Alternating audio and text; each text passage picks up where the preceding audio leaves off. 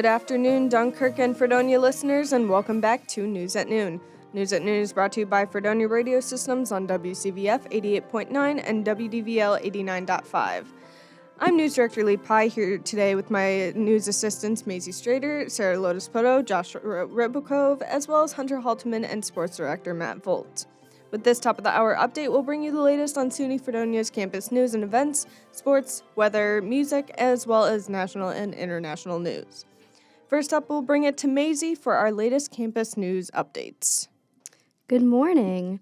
Many Fredonia alumni have been nominated for the 2024 Grammy Awards. In the category of Record of the Year, Randy Merrill of 97 was nominated as Mastering Engineer for Vampire by Olivia Rodrigo and for Anti-Hero by Taylor Swift. In the category of the Album of the Year, Merrill was nominated as Mastering Engineer for Rodrigo's Guts and for Swift's Midnights. Musical theater graduate Alex Joseph Grayson, a 2014 graduate, was jointly nominated for Best Musical Theater Album for his performance in the lead role of Jim Conley in the Broadway show Parade. Another alumni, Evan Harrington, who graduated in 98, is a performer on Sondium Unplugged, the New York City Sessions Volume 3, nominated in the category of Best Traditional Pop Vocal Album. Kyle Sackett, a 2012 graduate, performed on the Grammy-nominated Carols After a Plague in the category of Best Choral Performance with the group The Crossing. Finally, Charlie Post, 98, was nominated as Engineer with David Frost in category for Best Engineer Album, Classical for Contemporary American Composers by Riccardo Muti and the Chicago Symphony Orchestra. The annual Fall Sweep is once again a success. Every year, the Applied Communication Association on campus hosts the annual Fall Sweep event, where students' clubs disperse throughout the village of Fredonia and rake people's lawns. This year was no different. On November 11th, many different clubs went outdoors for the day and raked lawns for community members. Before the event, SUNY Fredonia President Stephen Cullison and Village Fredonia Mayor Doug Essick gave speeches stressing the importance of the event. Students were equipped with over 100 rakes this year and tarps, ensuring that lawns across the village were leaf-free. If you weren't blown away by that, you might be by this. Sophomore Lucas West, a jazz studies major from Fairport, New York, has been chosen to sing the national anthem at the Bills game this weekend, November 19th. West recorded an audition over the summer and sent it to the Bills organization, after which he was told he was one of 6 finalists. After testing singing the anthem at Highmark Stadium, West informed that he was the finalist on September 14th.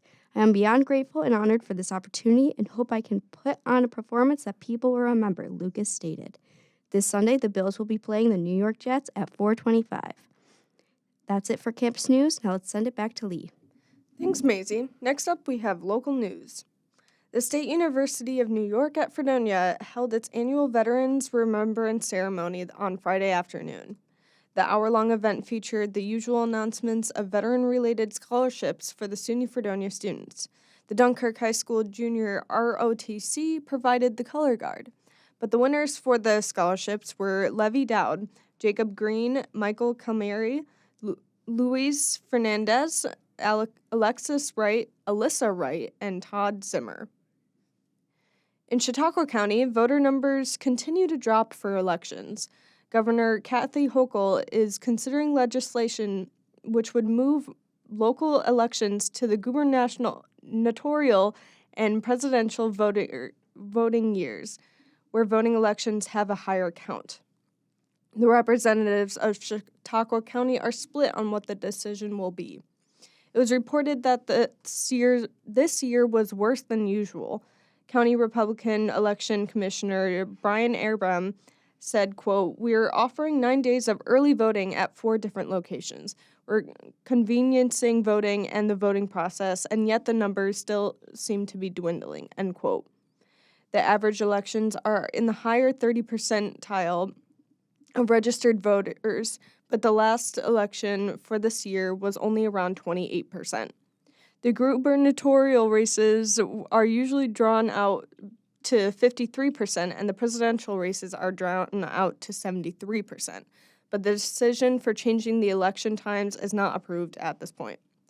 That's all for your local news update. Let's take it to the sports guy, Matt Volz.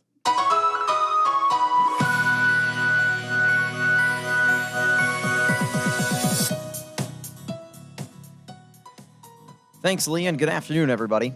The women's basketball team opened up their season on Saturday with a dominating 62-38 win over Hilbert.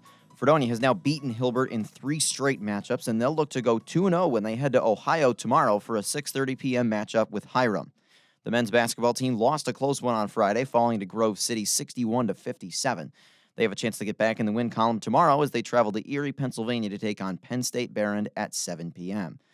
The hockey team had a mixed weekend in their Battle by the Lake matchups with Buff State. Following a 4-1 home loss on Friday night, the Blue Devils flipped the script with a 4-1 win in Buffalo on Saturday night, highlighted by 2 goals from sophomore forward Baxter Kimball. The win was Fredonia's first of the season, and they'll be on the road next for a 6:30 p.m. tilt with Morrisville on Wednesday.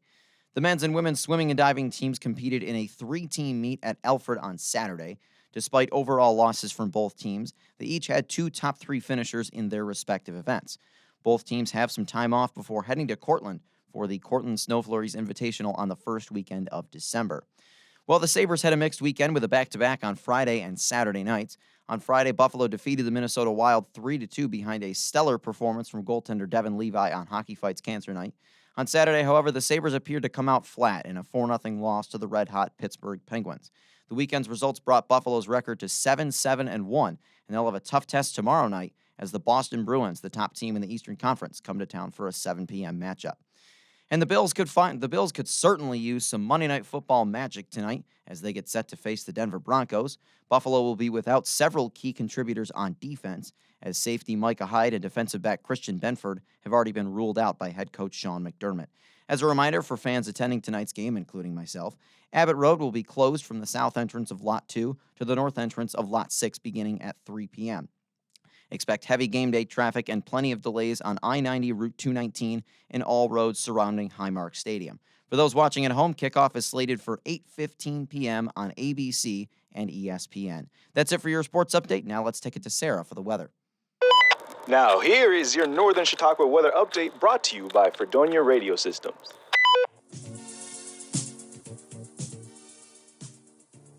Good afternoon. Today we got some sun and light cloud cover with a high of 54. It deceptively looks warmer, believe me. Later this afternoon, expect some rain. While it does stop after 30 minutes, the rain clouds return frequently throughout the night while it drops into the low 40s. Less clouds and more sun to find tomorrow, entering into the upper 40s. It may be cold and breezy out, but a little sunshine always brightens my mood. However, I can imagine my mood changing a bit in the evening when the temperature dips into the mid-30s. That's it for your 2-day weather. Keep listening, and I'll be back with the rest of your 5-day forecast. For now, let's take it to Lee for a local music update.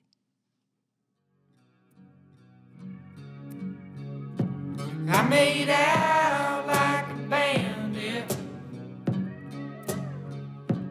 I made out with a load of cash in my hand. Fish Out of Water Productions is hosting music at Main Street Studios. The music will consist of Sasha and Company, Velvet Bethany, and Meadow Viscuso. This event is on Friday, November 17th, located at 50 West Main Street, Fredonia. Doors are at 8:30 p.m. and music is at 9 p.m. But for some more music, if you go to this show, make sure you have your cowboy boots and for square dancing, because Last Call Entertainment is presenting folk music at Fredonia. High Noon Friday, the variety show of 40 years from Fredonia Radio System, is hosting the event. Bands and artists that are playing are Milkweed and the Hartwell Hospice House Band, While and Something and Affliction, Two Peas in a Pod, and Jacob Kantner, who you're listening to now. The music is at BJ's at 51 West Main Street, Fredonia. Doors are at 9 p.m. and music is at 10 p.m. That's all I have for music news this week. Let's bring it to Josh for national and international news.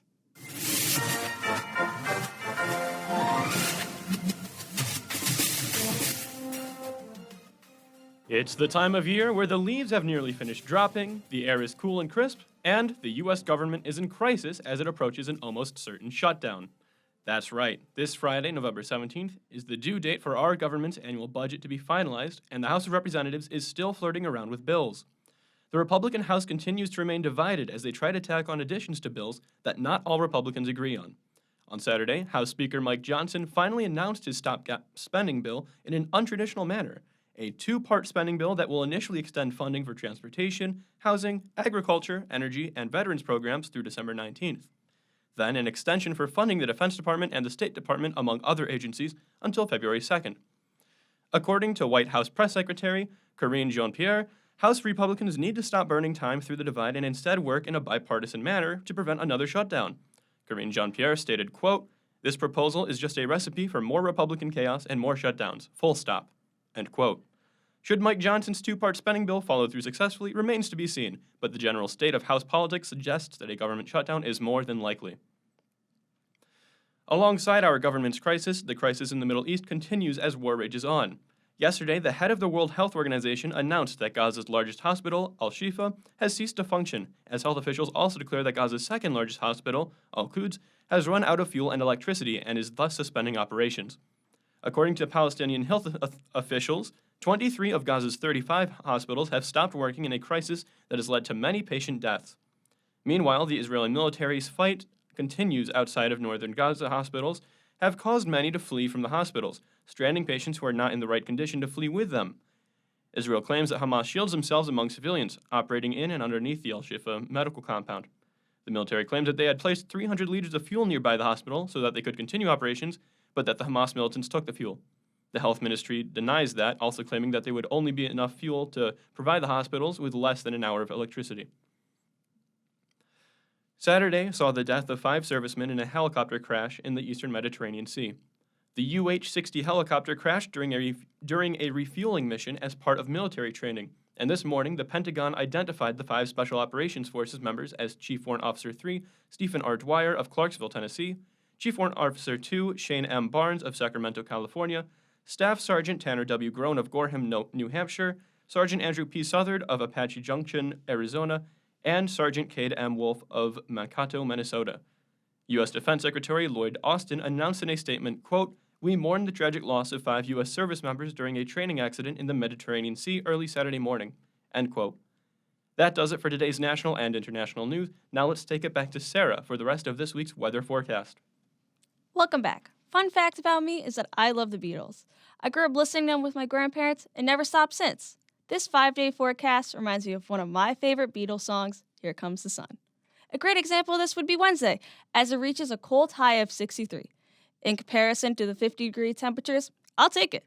However, I'm not too happy about the 20-mile wind speeds.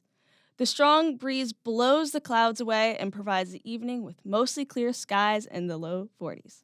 Remaining fairly cloudless, Thursday shaping up to be pretty bright out at 62 degrees. With no leaves to cover the sun, consider wearing some sunglasses.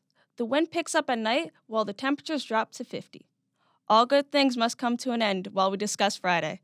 We are back to rain clouds dominating the skies, followed by forceful gusts of wind. With all that in mind, 56 will feel a little colder than usual. Look, I'm sure if we stay positive, the weather might change its mind. Who knows? Well, if it doesn't, Friday will be equally gloomy with some drizzle and a cold 39.